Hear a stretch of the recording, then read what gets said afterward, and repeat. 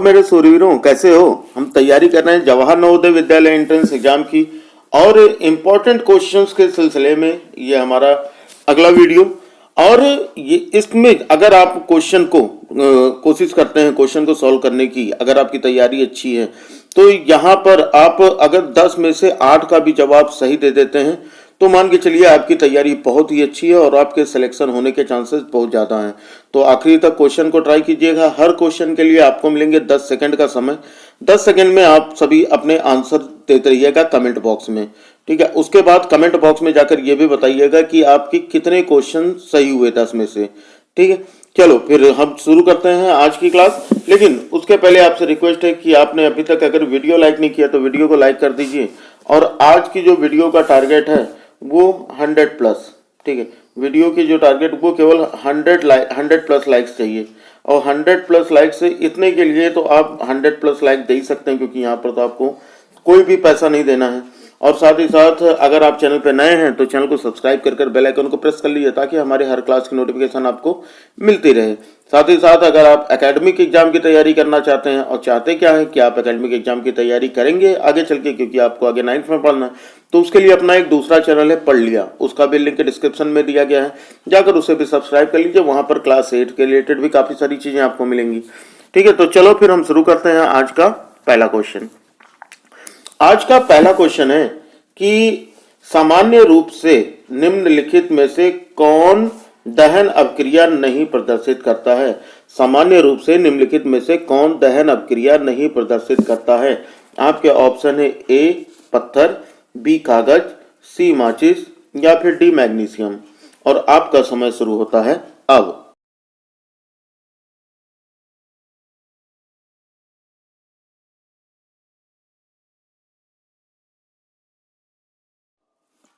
तो देखो भाई, आपने जवाब दिया है बिल्कुल सही।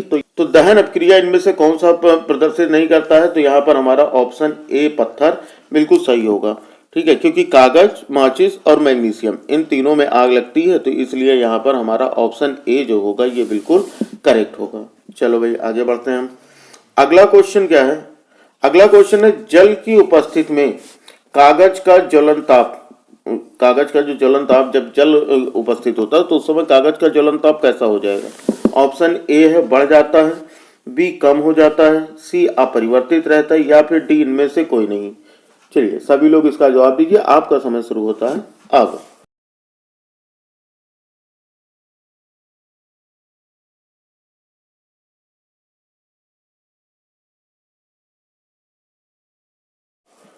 तो भाई देखो, जब जल की उपस्थिति होती है ना तो उस समय कागज का जो ताप होता है, ज्वलन ताप, वो क्या होता है? बढ़ जाता है। यानी भीगे हुए कागज को अगर आप जलाना चाहोगे तो उसके लिए आपको ज्यादा ताप देना पड़ेगा, है ना। तो इसलिए हम क्या कर सकते हैं कि कागज का ज्वलन ताप क्या होता है कि वो न्यूनतम ताप जिस पर कोई वस्तु जलने लगे, ठीक है।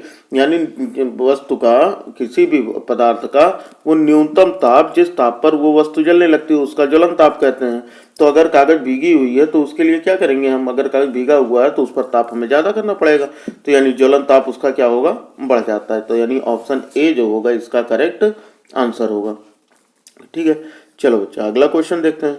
अगला क्वेश्चन दिया गया है कि निम्नलिखित में सबसे ज्वलनशील पदार्थ है। 4 ऑप्शन आपके पास है, इनमें बताना है कि इनमें से सबसे ज्वलनशील पदार्थ कौन सा है। आपका ऑप्शन ए है पेट्रोल एवं ईंधन, बी है लकड़ी एवं जल, सी है कागज एवं मोमबत्ती या फिर डी है लोहा एवं चांदी। सबसे ज्वलनशील पदार्थ बताना है और आपका समय शुरू होता है अब।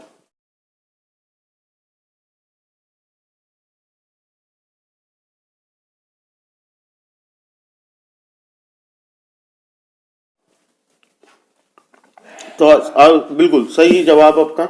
यहाँ पर ए ऑप्शन जो होगा वो सही होगा। पेट्रोल एवं ईंधन, जितने भी ईंधन होते हैं वो क्या होते हैं कि बहुत ही तेज जलते हैं ना, पेट्रोल एवं ईंधन। तो यहाँ पर ये सबसे ज्वलनशील पदार्थ है। ऑप्शन ए जो है ये बिल्कुल करेक्ट है। चलो अगले क्वेश्चन पे आते हैं हम, क्वेश्चन नंबर 4। तो क्वेश्चन नंबर 4 क्या दिया गया? दहन अपक्रिया को रोक सकते हैं। मतलब कहने का मतलब क्या है कि दहन अपक्रिया को कैसे रोका जा सकता है? दहन अपक्रिया को कैसे रोका जा सकता है? ऑप्शन ए है वायु को हटाकर, बी पदार्थ के ताप को ज्वलन ताप से कम करके, सी ए और बी दोनों, या फिर डी उपरोक्त में से कोई नहीं? अपना आंसर कमेंट बॉक्स में दीजिए और आपका समय शुरू होता है अब।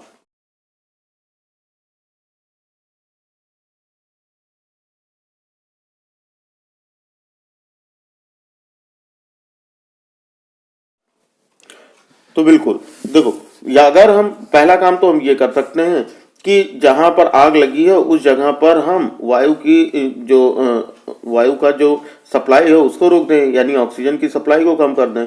या फिर किसी भी पदार्थ को जलने के लिए उसे न्यूनतम ताप की जरूरत होती है, तो उसके न्यूनतम ताप जो होता है यानी ज्वलन ताप, अगर हम उसको कम करते हैं तो भी दहन की प्रक्रिया जो है वो रुक सकती है।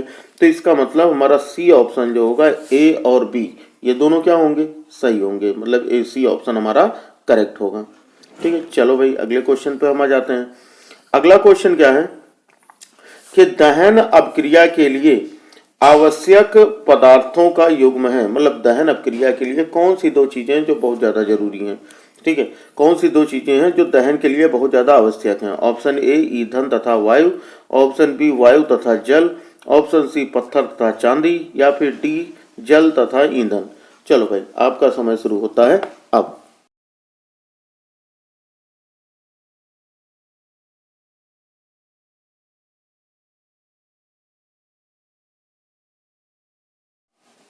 तो बिल्कुल आप लोगों ने बिल्कुल सही जवाब दिया कि किसी चीज को जलने के लिए ना सबसे ज्यादा जरूरी है क्या, ईंधन और वायु, क्योंकि बिना ईंधन के भी कोई चीज नहीं जल सकती और बिना वायु के प्रेजेंस में ईंधन भी नहीं जल सकता।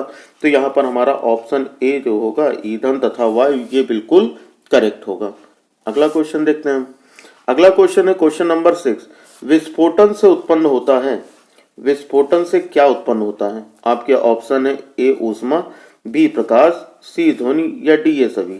ठीक, विस्फोटन से क्या उत्पन्न होता है ये आपको कमेंट बॉक्स में आंसर देना है। ऑप्शन ए ऊष्मा, बी प्रकाश, सी ध्वनि, या डी ये सभी। और आपका समय शुरू होता है अब।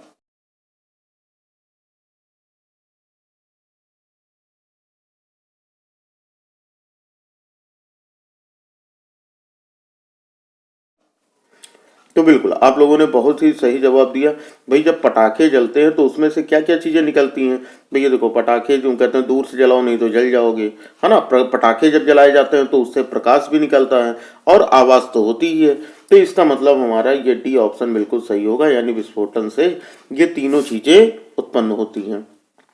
ठीक है, चलो अगले क्वेश्चन पे आते हैं हम। अगला क्वेश्चन नंबर 7। तो क्वेश्चन नंबर 7 दिया गया, वे पदार्थ जो ज्वाला के साथ जलते हैं सदैव उत्पन्न करते हैं। जो पदार्थ जो ज्वाला के साथ जलते हैं वो क्या उत्पन्न करते हैं? ए ध्वनि, बी ऊष्मा, सी शीतलता, या डी ये सभी। चलो क्या करेंगे, वे पदार्थ जो ज्वाला के साथ जलते हैं वो सदैव उत्पन्न, मतलब ज्वाला के साथ जो जलते हैं वो क्या उत्पन्न करेंगे? ए ध्वनि, बी ऊष्मा, सी शीतलता, या डी ये सभी। और आपका समय शुरू होता है अब।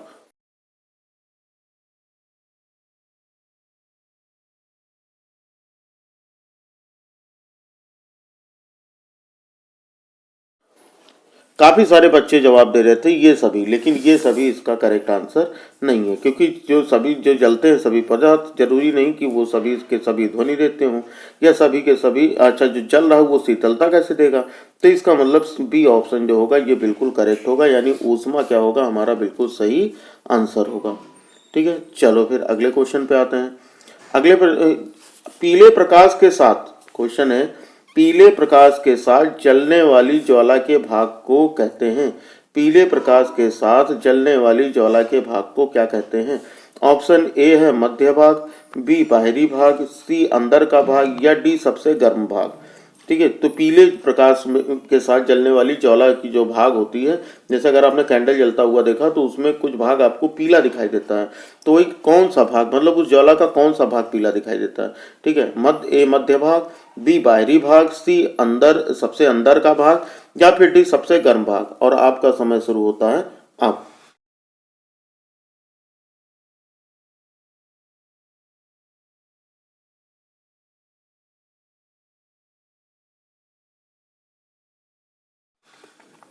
तो देखो भाई, जब भी, है ना, यानी जो मध्य भाग होता है, जो बीच वाला भाग होता है, ठीक है, वो हमें क्या दिखाई देता है? वो पीला दिखाई देता है। क्या दिखाई देता है? देखो तीन तरह के, जैसे अगर हम मान लेते हैं कि हमारी कैंडल हो और कैंडल में ये हमारी एक ज्वाला हो, ठीक है ना। अब इसमें अगर देखोगे तो जो इसका आंतरिक भाग होता है ना, जो आंतरिक भाग होता है यहाँ पर ईंधन का दहन नहीं होता, ठीक है, आंतरिक भाग में ईंधन का दहन नहीं होता और ये क्षेत्र क्या होता है, काला होता है, ठीक है, ये क्षेत्र क्या होता है, काला होता है, ठीक है। और जो आंतरिक भाग होता है, अंदर का जो सबसे अंदर का भाग है, यहाँ की खास बात क्या होती है कि यहाँ पर ताप सबसे कम होता है, यहाँ पर ताप जो होता है वो सबसे कम होता है, ठीक है। फिर आता है मध्य भाग, मतलब बिल्कुल यहाँ पर इसे किनारे वाला मध्य वाला जो भाग होता है वो क्या होता है, मध्य वाले भाग का हिसाब किताब देखो तो मध्य वाले भाग में जो चमकीला प्रकाश होता है वो पीला होता है, मध्य भाग में कैसा होता है, पीला, जैसा कि आपका क्वेश्चन है तो ये पीला होता है, ठीक है। और जो बाह्य भाग होता है मतलब सबसे बाहरी, ये जो आउटर वाला होता है, ये जो सबसे यहाँ पर मतलब सबसे ज्यादा ऑक्सीजन मिलता है ना, पूर्णतः ऑक्सीकृत होकर हल्की नीली ज्वाला के साथ जलता है। तो मतलब जो बाहरी वाला हिस्सा होता है वो कैसा होता है, हल्का नीला होता है। और ये ज्वाला का सबसे गर्म भाग होता है। तो सबसे गर्म भाग कौन सा होता है, अगर ये आ जाए क्वेश्चन में कि सबसे गर्म भाग कौन सा होगा, तो बाह्य भाग, सबसे गर्म भाग बाह्य भाग। सबसे कम कहाँ पर होगा, सबसे अंदर का भाग, ठीक है ना। तो बाहरी भाग सबसे गर्म होता है, नीले रंग का होता है, हल्के नीले रंग का। और मध्य भाग जो होता है वो कैसा होता है, वो पीले रंग का प्रकाश उत्पन्न करता है, ठीक है ना। समझ में आ गई बात। चलो भाई अगले क्वेश्चन पे हम आ जाते हैं। अगला क्वेश्चन नंबर 9। क्वेश्चन नंबर 9 देखो, क्वेश्चन नंबर 9 दिया गया है कि ज्वाला के सबसे कम ताप का क्षेत्र क्या कहलाता है, ठीक है। ज्वाला के सबसे कम ताप का क्षेत्र क्या कहलाता है। आपके ऑप्शन है ए नीला क्षेत्र, बी पीला क्षेत्र, सी काला क्षेत्र या डी ये सभी। चलो अभी अभी मैंने आपको सारी चीजें बता दी कि ज्वाला के सबसे कम ताप का क्षेत्र कैसा होता है, जहां पर सबसे कम ताप होता है वो क्षेत्र का रंग कैसा होता है। ए है नीला क्षेत्र, बी है पीला क्षेत्र, सी है काला क्षेत्र या डी है सभी। और आपका समय शुरू होता है अब।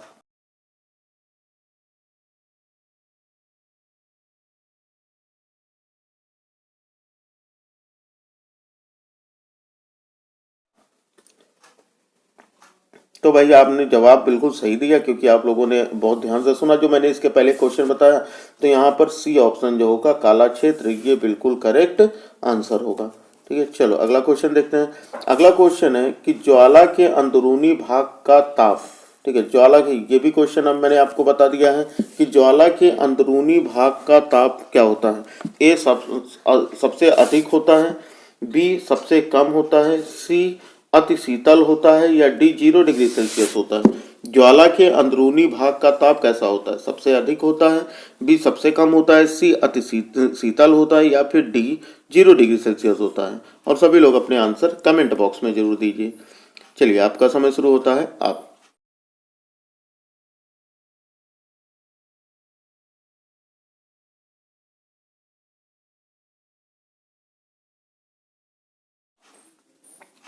तो आपने बिल्कुल सही जवाब दिया। यहाँ पर क्या, ज्वाला के जो अंदरूनी भाग होता है वहां पर वो सबसे गर्म भाग होता है ना, तो यहाँ पर इसका ताप क्या होगा, सबसे अधिक होगा। यानी कि जो ए ऑप्शन है हमारा, ये क्या होगा, बिल्कुल करेक्ट होगा। ए ऑप्शन हमारा बिल्कुल सही होगा। तो चलिए सभी लोग लाइव चैट में कमेंट बॉक्स में आकर सभी लोग बताइए कि आपके कितने क्वेश्चन सही हुए, ठीक है। अगर आपके 8 भी क्वेश्चन सही हो गए होंगे तो आपकी तैयारी अच्छी चल रही है, लेकिन अगर 8 से कम हुए हैं तो अभी ज़रूरत है आपको और तैयारी करने की, ठीक है बच्चा। तो चलो फिर आज के ये महत्वपूर्ण 10 प्रश्न हो गए। और आज के अगर वीडियो अच्छी लगी हो तो वीडियो को लाइक कर दो। जैसा कि आपको पता है कि आज की वीडियो का लाइक 100+ लाइक्स का है टारगेट, तो इसे कंप्लीट कर दो। और जो बच्चे नए आए हैं वो चैनल को सब्सक्राइब कर बेल आइकन को प्रेस कर लें, ताकि हमारे हर क्लास की नोटिफिकेशन मिलती रहे। साथ ही साथ अपना जो दूसरा चैनल है पढ़ लिया, जिस पर हम एकेडमिक तैयारी करते हैं क्लास 6 to 10 की मैथ साइंस, तो उसका भी लिंक डिस्क्रिप्शन में दिया गया है, जाकर उसे भी सब्सक्राइब कर लो, ठीक है बच्चा। तो चलो फिर पढ़ते रहो। मिलते हैं फिर अगली क्लास में। तब तक के लिए जय हिंद, वंदे मातरम।